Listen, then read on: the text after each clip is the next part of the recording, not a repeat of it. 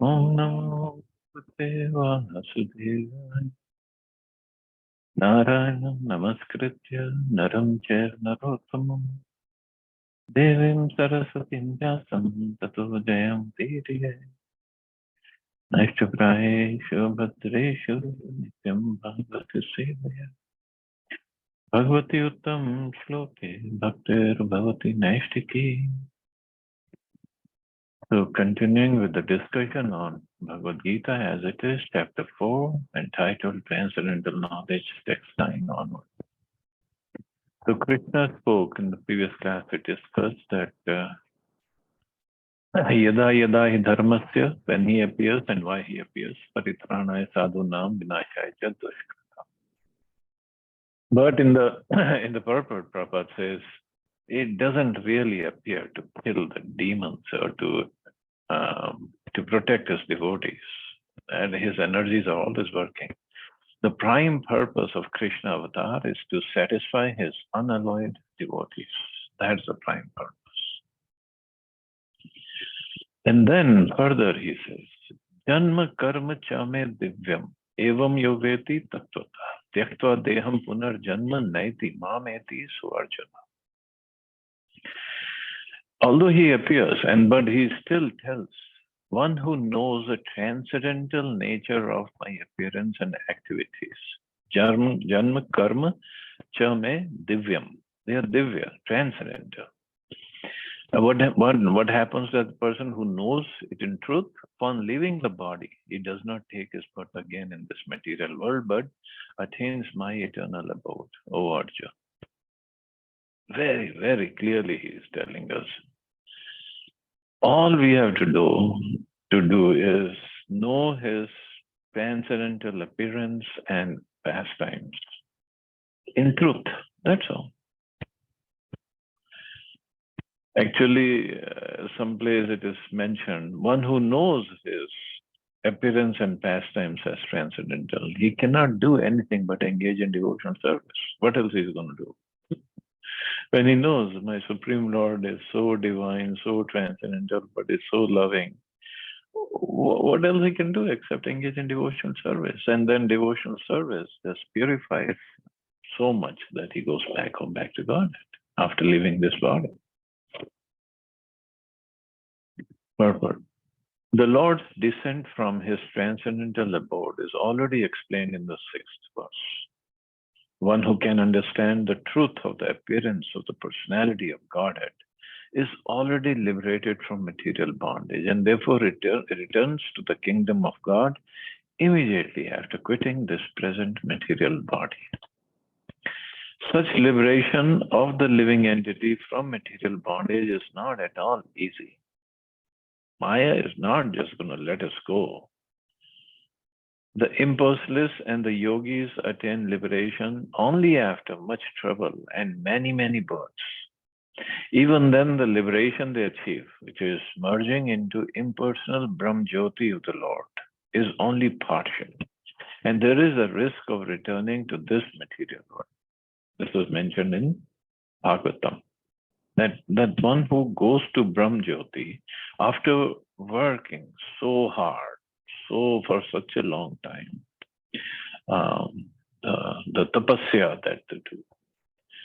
But they only reach Brahm Jyoti because they have no concept of Bhagwan. Bhagwan in the spiritual world, Vaikuntha Loka. They only know Brahm Jyoti, Nirvikar, Nirakar, Nirvishesh, light. That's all they talk about. That's all they want to go to, or mergen. They call moksha, mergen. That, of course, the soul never loses its identity. It's always there. Even in Brahm Jyoti, the soul is there. Krishna explained that in 2nd chapter. So the impulses, there's all these Nirakaravadi. They go to Brahm Jyoti if they become perfect. But from that also, they come down. Why? Because in Brahm Jyoti, like in the spiritual realm, there are 3 aspects, Sat, Chit, and Ananda. Sat means eternal, Chit means knowledge, and Ananda means bliss. So in Brahm Jyoti, well, it is eternal, and the knowledge is there. Because of knowledge, we reach there. But there is no bliss of engaging in the pastimes of Krishna. If it is all light and I'm sitting there and don't know what to do, soul is still the soul. Soul does not just lose its identity and cannot go up from Brahm Jyoti, because to go up one has to be qualified. So the soul falls down again in the material world. So that's what Prabhupada said. There's still the risk of returning to this material world. But the devotee, simply by understanding the transcendental nature of the body and activities of the Lord, attains the abode of the Lord after ending this body and does not run the risk of returning to this material world. That's a special consideration of the Lord for his devotees. He does not come back. But many times people do ask, okay, then we were there to begin with in the spiritual world. Why did we fall down? This is because the independence is still there. Krishna does not force us to do anything.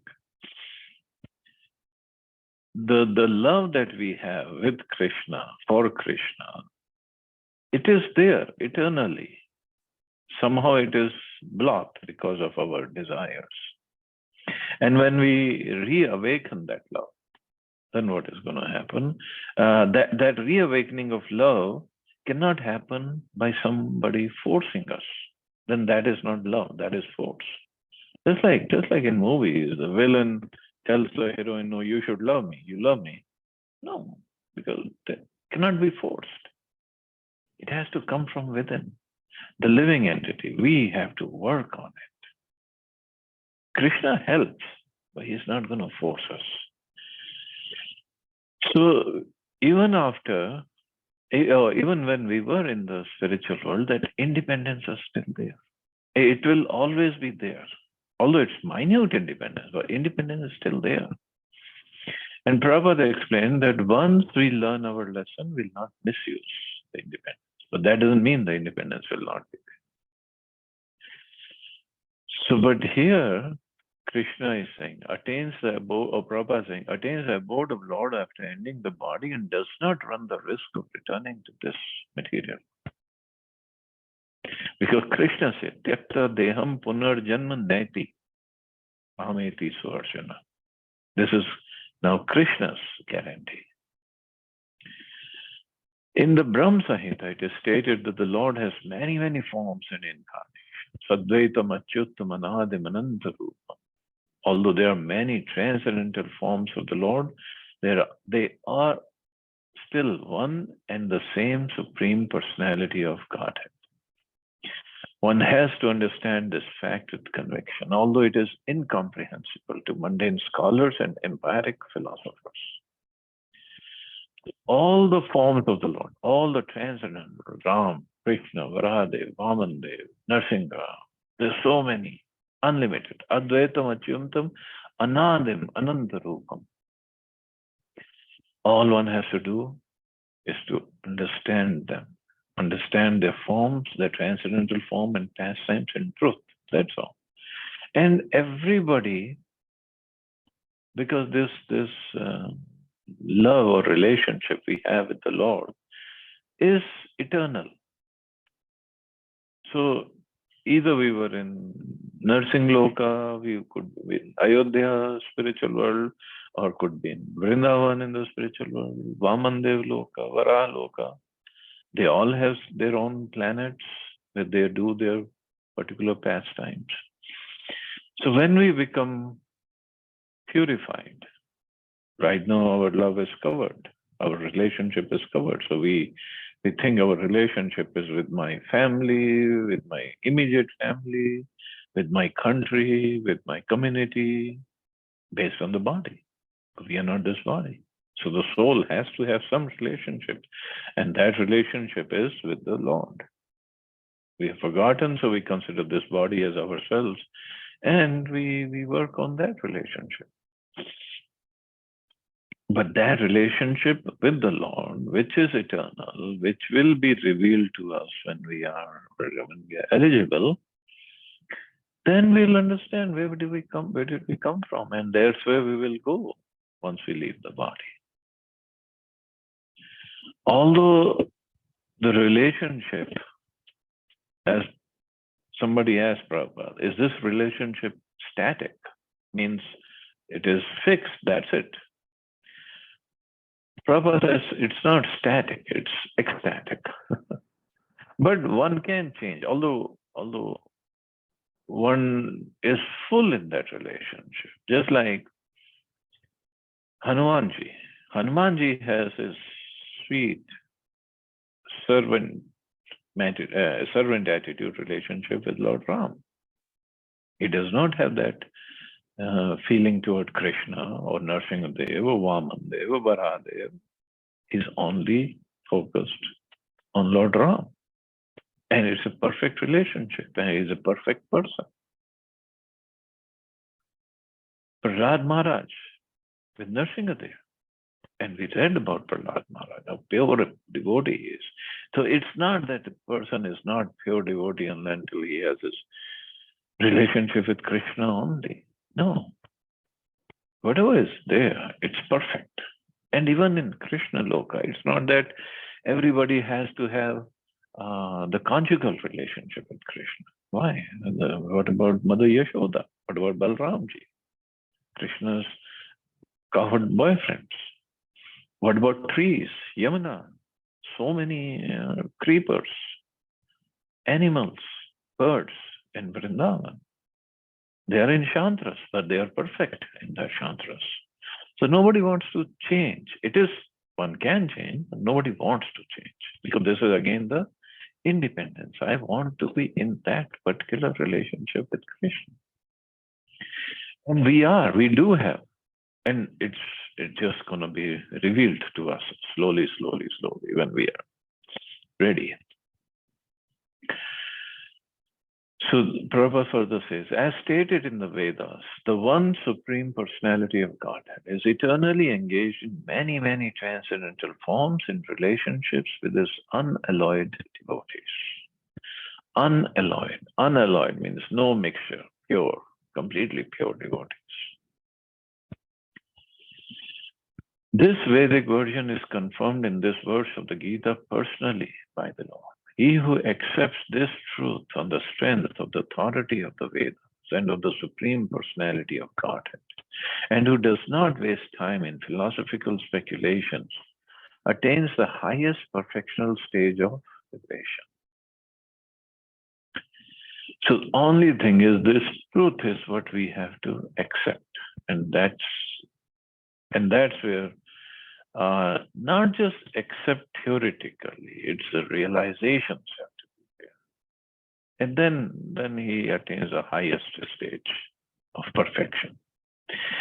Simply by accepting this truth on faith, one can, without a doubt, attain liberation. The Vedic version, Tattvam Asi, is actually applied in this case.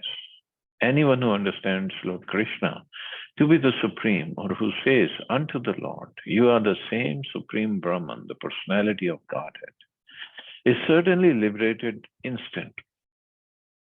And consequently, his entrance into the transcendental association of the Lord is guaranteed.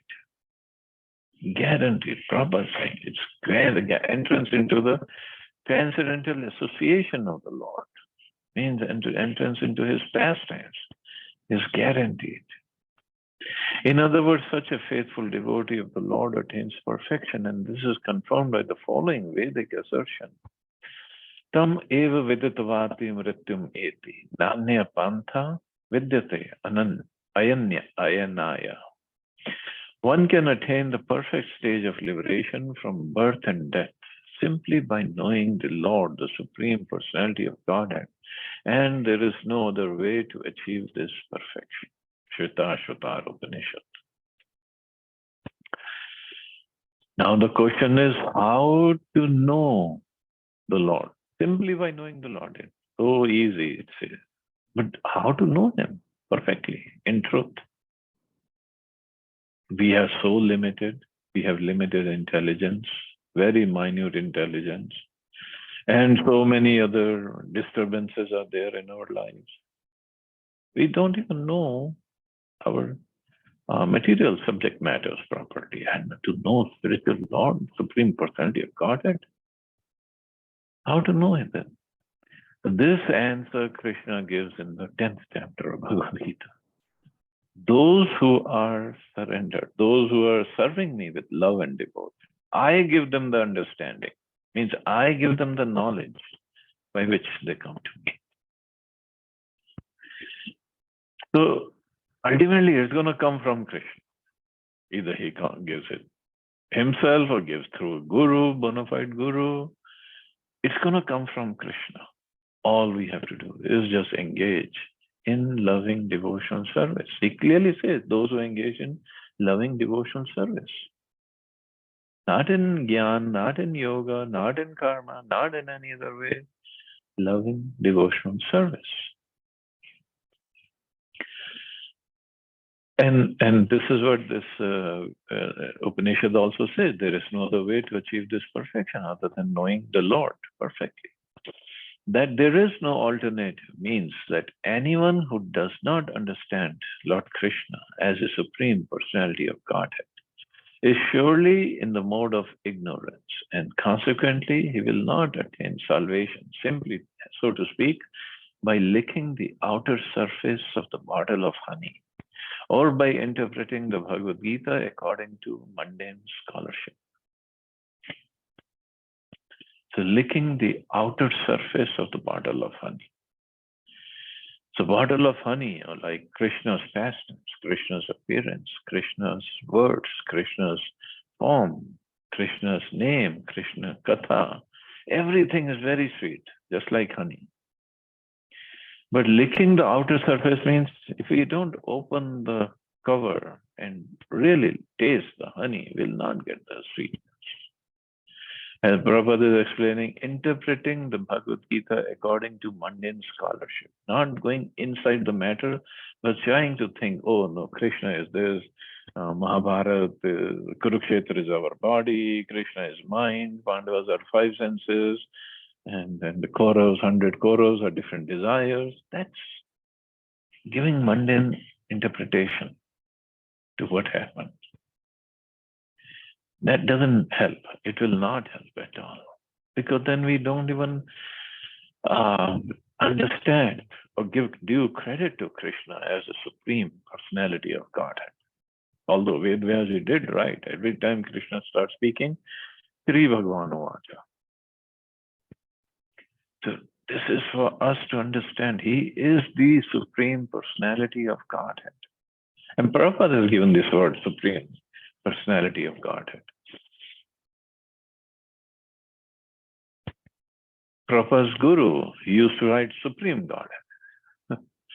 But Prabhupada wanted to make sure his readers who have different bent of mind and different backgrounds, because he was preaching all over the world, and with so much of different concepts everybody had about Supreme. Prabhupada said Supreme means nobody's above him, and he's a person of personality of Godhead, not just any ordinary person. He's God. And among all the gods, like not demigods, his expansions or his incarnations or his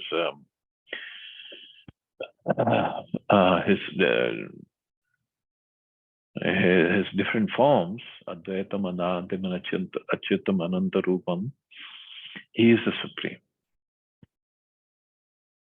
This word is not used for anybody else. Supreme Personality of Godhead, Krishna. So until we know him as such, we cannot attain perfection. And as Prabhupada said, one who does not know him is surely in the mode of ignorance, and consequently he will not attain salvation, simply, so to speak, by licking the outer surface of the bottle of honey. Such empiric philosophers may assume very important roles in the material world, but they are not necessarily eligible for liberation. such puffed up, mundane scholars. Puffed up, another word that Prabhupada used again and again. Puffed up, like puffed up rice, we have puffed rice. So puffed rice, it looks big, bigger than regular grain of rice, but it's puffed. There is nothing inside. It's hollow. So this is what Prabhupada uses. Thus, such puffed up mundane scholars means they have nothing inside, no substance, no knowledge, actual knowledge. They just show that we have so much of knowledge, and it could be scientists, it could be philosophers, it could be, as Bhagavatam says, munis, different munis. They give, until they give different interpretations on their own, they're not considered a good muni. So they all are puffed up on the basis of their scholarship, so mundane scholarship. But one who has real knowledge of Krishna, he'll never be puffed up. He'll always remain humble. So such puffed up mundane scholars have to wait for the causeless mercy of the devotees of the Lord. One should therefore cultivate Krishna consciousness with faith and knowledge, and in this way attain perfection. And another, proper amazing purpose has here written. Such puffed up mundane scholars have to wait for the causeless mercy of the devotee of the Lord. Why devotee of the Lord? Because devotees of the Lord, they know the heart of the Lord. They know the purpose of Lord's incarnation. Somehow I got kicked out.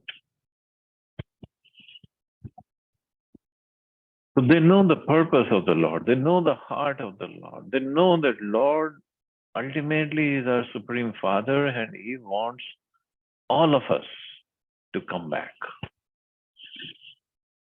He Himself does not interfere with anybody's independence. Krishna does not interfere, because independence, this is what He has given. This is how He has made the creation. But devotees understand that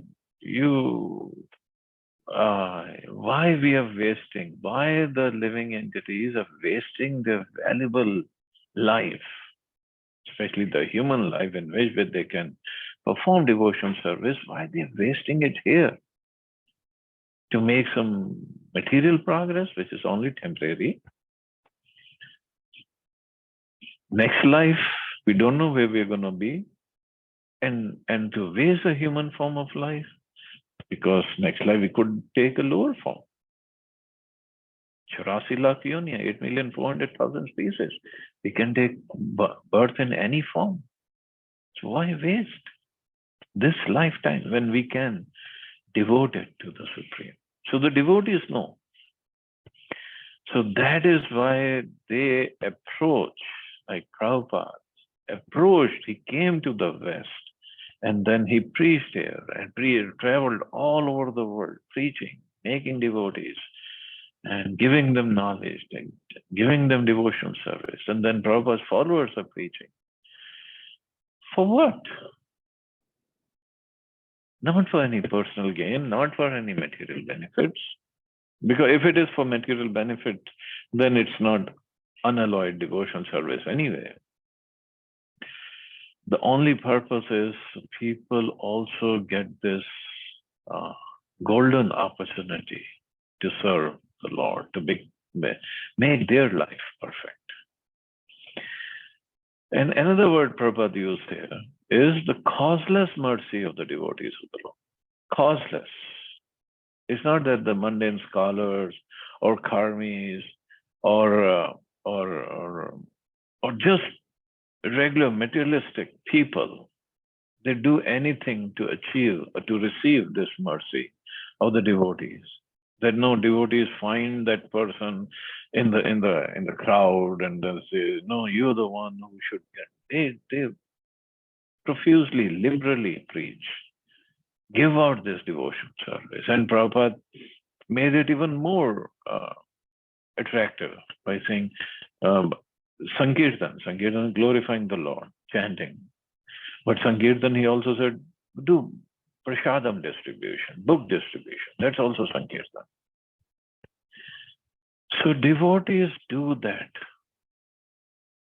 without any motive and without seeing who's eligible and who's not eligible.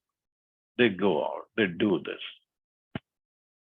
And then slowly, the soul who achieves this, who receives this mercy of the devotees, they become interested. Maybe this lifetime, maybe next lifetime, maybe 10 lifetimes later. Who knows? That's up to Krishna to keep track of, or Krishna or Yamaraji to keep track of. Devotees still keep on doing their causeless merciful service. In the process, devotees also get dear to the Lord. But at the same time, they're making others come close to Krishna. And this is the whole purpose of life. Nothing else. Rest, everything what we earn, what we gain, what we make, what we achieve is going to be left here. And somebody else will come and do better than us a few years later. Maybe right now also.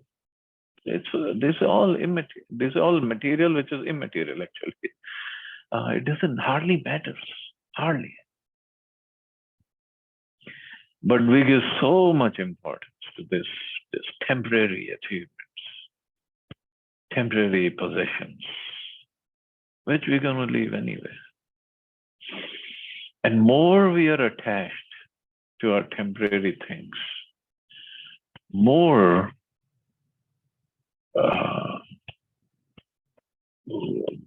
I want to come to the right word, more painful it will be when we have to give them up.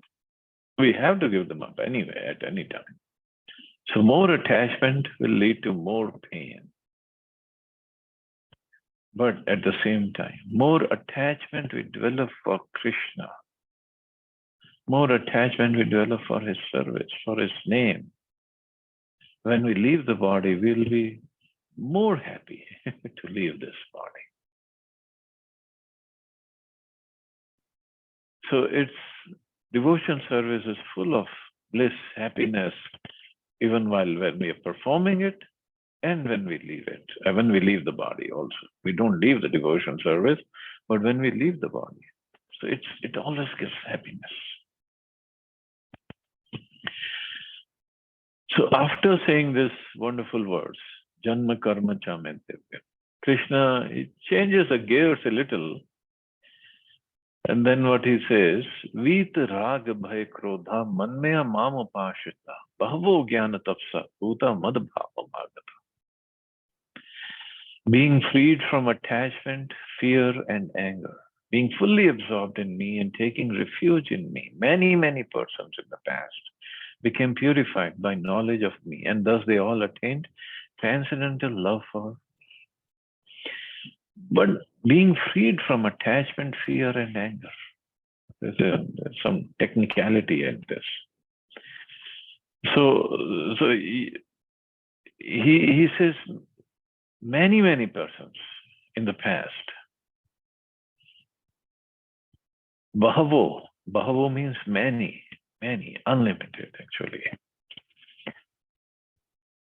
Later on, Krishna will say a verse that Bahunam Janmanam Ante Jnanvam Mam Prapajate, or Manushyanam Sahasreshu Kashyadhyati Siddha. Out of thousands of men, hardly one attains perfection, and hardly out of thousands and thousands of them are out of thousands of men, hardly anyone readies or works for perfection. And out of thousands, hardly anyone knows me in truth, or hardly anyone achieves me. But here he says, many persons in the past became purified by knowledge of me. So that verse where he says, Manushyanam Sahasreshu, Kaschid Yatati Siddhai, Yattamapi Siddhanam Kashtim Maveti Tatu. Means those persons were working on their strength. Here he is talking about devotees. Devotees, they achieve Krishna not on their personal strength of sadhana or strength of any other seva. They achieve Krishna by the mercy of Krishna, by mercy of other devotees also. It's a huge difference. Just like a little story, although it's allegorical story, one little child went to a shopkeeper, and shopkeeper was so attracted by the beauty, by the innocence of this child. The shopkeeper said, "Okay, here is a jar. Take as many candies as you." Child said, "No, I'm not gonna take." Mother was with the child. Mother said, "He's giving. Take whatever you want." He said, "No, no. Whatever you want to give me." Shopkeeper was baffled. He ultimately filled his palm with candies and gave it to the child. When they came home, the mother asked, "Why didn't you take the candies shopkeeper was giving?" But child said, "Well, if I had taken, how many my palms could have taken?" But when he gave plenty according to his palm size. So allegory is, if we try to catch hold of Krishna, or if we try to understand him, if we try to please him by our ways, how much we can do. But if he is pleased, if he catches us, if he brings us back to him, if he gives us the knowledge, how much he can give? Plenty. He is unlimited. Even though he's unlimited, he still comes as in a personal form. Even in that form, he is always unlimited. This is what Prabhupada wanted us to understand: Supreme Personality of Godhead. And he's always the supreme. Even though when he had just appeared in the prison house of Kansa, he's still the Supreme Personality of Godhead. He performs his sweet pastimes so that we don't think he is supreme, or his devotees don't understand he's Supreme Lord, or even demons don't understand he is Supreme Lord because his pastimes. But acharyas, devotees, do understand. And this is how they explain, and this is how we should understand him and treat him. And that is why he says, being freed from attachment, fear, and anger. So attachment is when we are materially attached. So that has to be given up. Fear is there when the Mayavadis actually are fearful. They're afraid. Mayavadis means Nirakarvadi, Nirvisheshvadi, because they are fearful of taking another birth. This birth, very, very problematic, too many problems, too many miseries, so we don't want to take birth again. So when they hear, then in spiritual world also, we take a form, they think, oh, the form means miseries, so no more form. They're afraid. And anger. Anger means when we are frustrated, we become angry. Frustrated in the material world, we are angry. But when one is freed from all this, why one is freed? When one is fully absorbed in Krishna and taken refuge in him, in his name, in his service, then we become purified of our material consciousness. And thus they all attained transcendental love for me. So this is how we attain love for Krishna. As described above, it is very difficult for a person who's too materially affected to understand the personal nature of the Supreme Absolute Truth. Generally, people who are attached to the bodily conception of life are so absorbed in materialism that it is almost impossible for them to understand how the Supreme can be a person. It is very difficult for people to understand. They think all these, they think idols, though we call them deities in the temple, they all just fiction of imagination. Actually, it is Nirakar. Shivratri. Oh, if we listen to all these Nirakar impersonalists who don't believe in personal feature of the Lord, they say, oh, this Shivling is Nirakar, it has no end and no beginning, and that's why it's in this ling form, because ultimately it's Nirakar. No. Lord Shiva has appeared in this form for us to get some mercy, to do some service for him. That's all.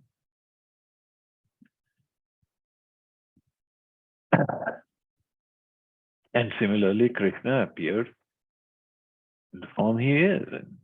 Or he can appear as Jagannath with no hands, no legs. He can appear as Laddu Gopal also. Just to give us a chance to serve him, to have that loving reciprocation with him.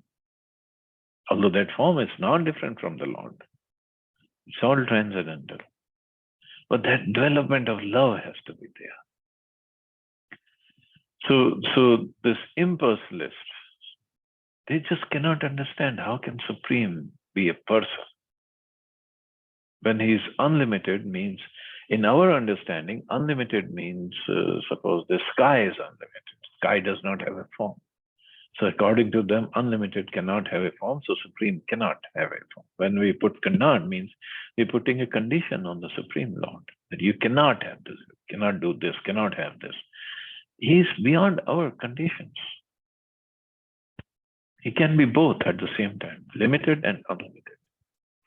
Because we cannot put a condition. No, you can now only have limited form, or you cannot have unlimited. No, why? He is the Supreme. So there's another word Prabhupada will be using is absolute truth. So absolute truth. We all are in relative truths or whatever, lies actually. These are not truth, but it's all relative. Somebody is bigger than me, somebody is smarter than me, somebody is more beautiful than me, and I'm bigger than somebody else. Is all relative. I have more qualities than somebody else has more qualities than me. It's all relative. Krishna is absolute truth. Means all contradictions, so-called apparent contradictions, are in him. Everything comes from him. It's hard to understand. That's why Krishna said, Janma Karma Chame Divyam. They're divine, transcendental. One has to know them in truth.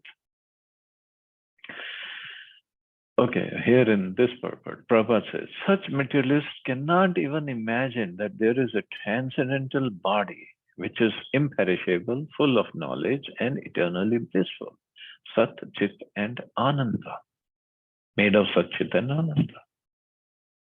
Because we have only seen this material body which is full of miseries, full of problems, diseases, and is decaying, and slowly we all are getting closer to leaving this body. But Krishna's body is imperishable, eternal, because he's made of Sat, Chit, and Ananda. He never leaves that body. He is not different from that body. And it is full of knowledge. We are full of forgetfulness. Because this is what Krishna explained earlier. Because you change your body, you forget things. Or Arjun, you forget things.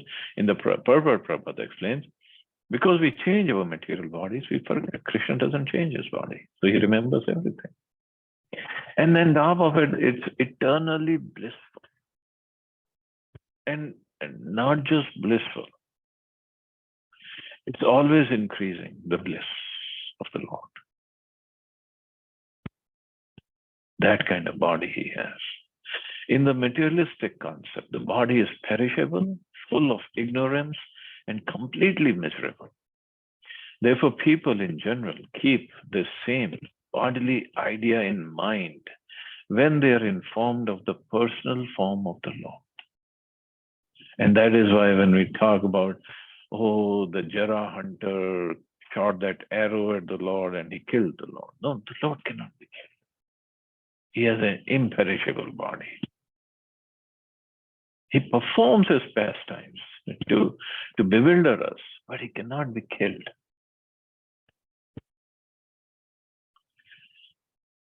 For such materialistic men, the form of the gigantic material manifestation is supreme. Gigantic material manifestation, which is the universal form, Virat Rupa. They think that is the supreme because they cannot understand how can the Lord has a spiritual body. The only thing they can relate to is material body, which is the Virat Rupa, and which is so gigantic that according to them, that is infinite Lord.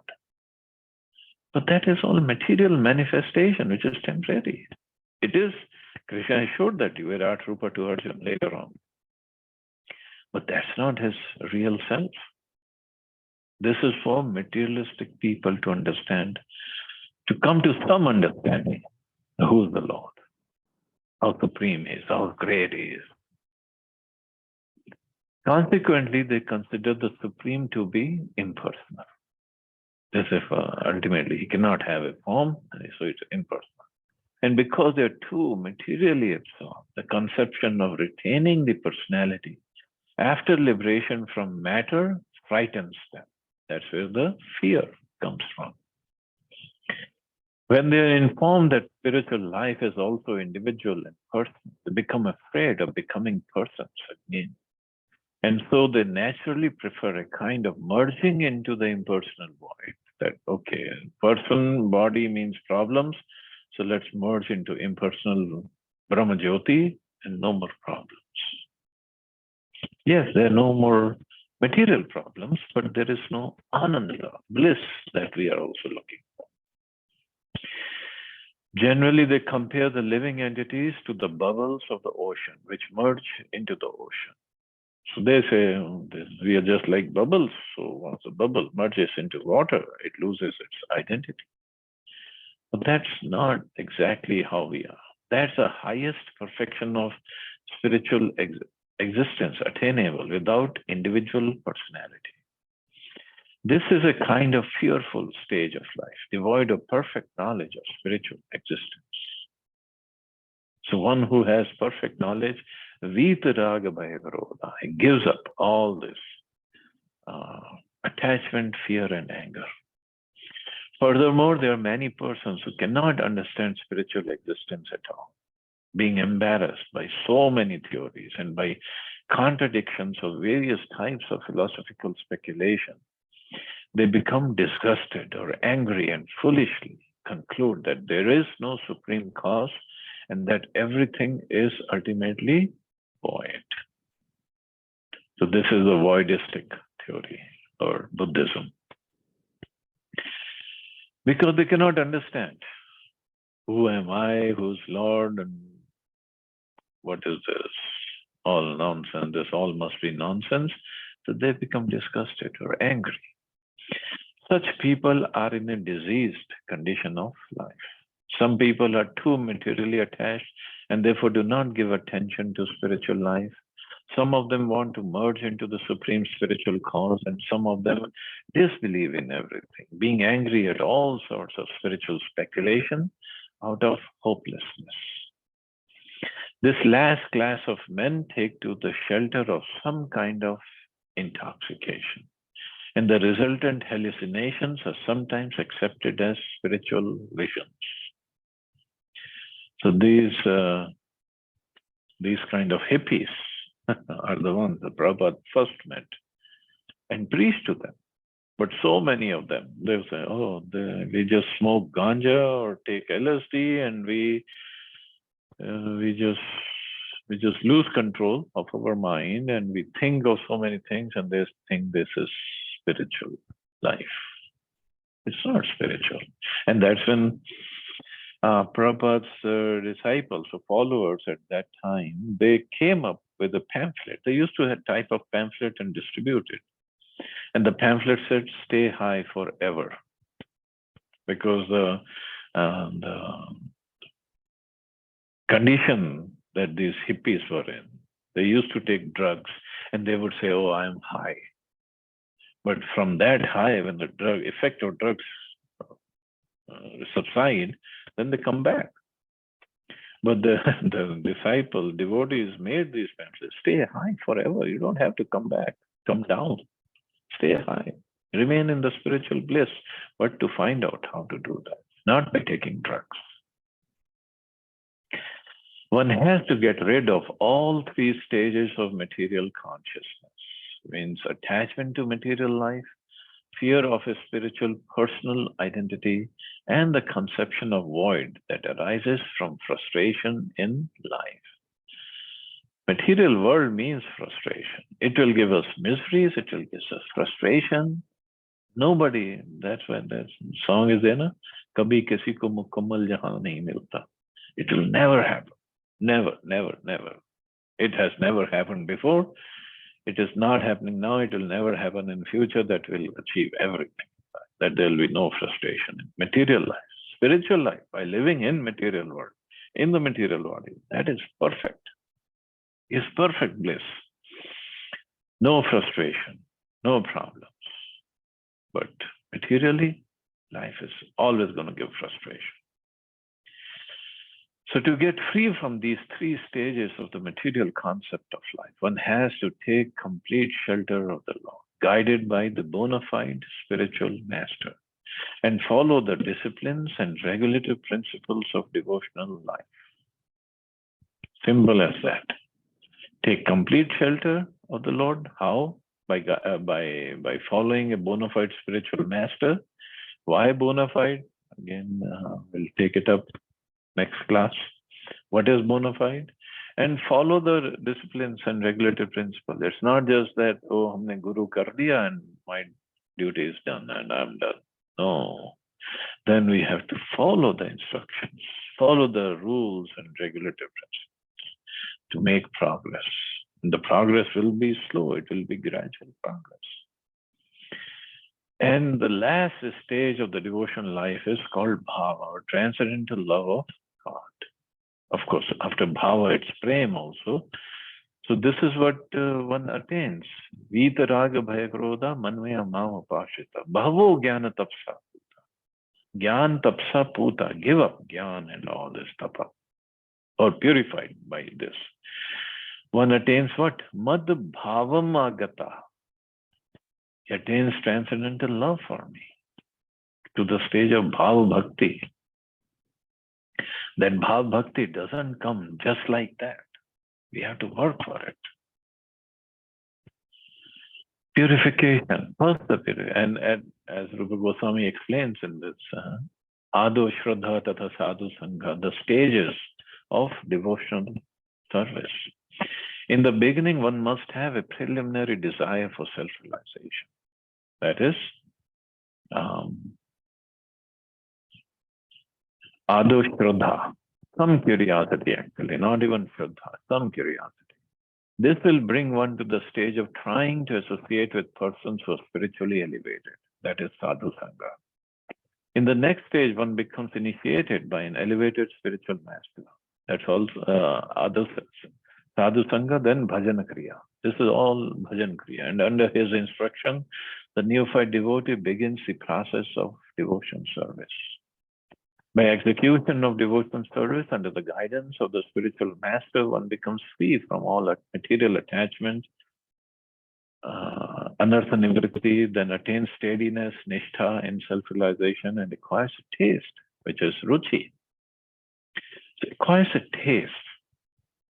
So if we have acquired some taste, that doesn't mean our anarthas are gone. They slowly, they're going away, and slowly, taste is developing. But the sadhu sangha and anartha nivritti bhajan kriya, it has to keep going, always.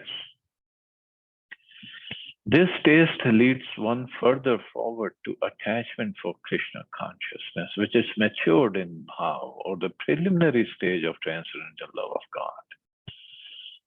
Real love for God is called prema, the highest perfection stage of life. In the prema stage, there is constant engagement in the transcendental loving service of the Lord. So constant engagement in prema stage. One does not give up engagement. It doesn't mean, now I've achieved prema, no, I don't have to do anything. No.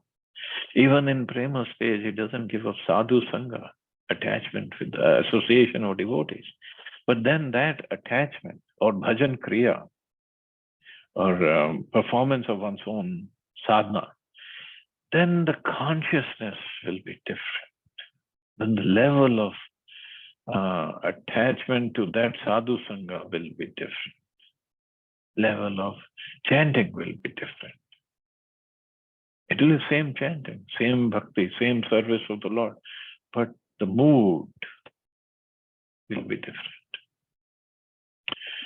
So by the slow process of devotional service, under the guidance of the bona fide spiritual master, one can attain the highest stage, being freed from all material attachment, from the fearfulness of one's individual spiritual personality, and from the frustrations that result in void philosophy. Then one can ultimately attain to the abode of the Supreme Lord.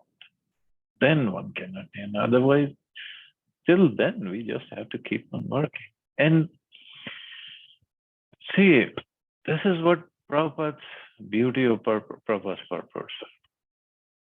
Although Krishna did say that it's beginning of 4th chapter, still 14 more chapters to go. But he's saying they all attain transcendental love for me. Means it's not about jnana or karma yoga or hatha yoga. It's not all about that. It's all about bhakti. And Prabhupada, that's why Prabhupada wrote his the title of his version of Bhagavad Gita as it is. That is how Krishna wanted it. And nowhere we'll read in Prabhupada's purports, in Bhagavad Gita, Bhagavatam, or any of the books that he has written, that Prabhupada said, I feel like this, or I believe, or no, he has always quoted the scriptures. He is quoting Bhakti Rasamrit Sindhu, or earlier he quoted Upanishad. And this is what is mentioned in the scriptures. And he is just quoting that and presenting it before us. Means it's all bona fide. It's all authentic. It's all authoritative. All we have to do is just follow it properly. Follow it the way Prabhupada wants us. And then slowly, gradually, we'll make advancement and we'll perfect our life. Okay, I guess we can stop here. See anybody has any questions or comments?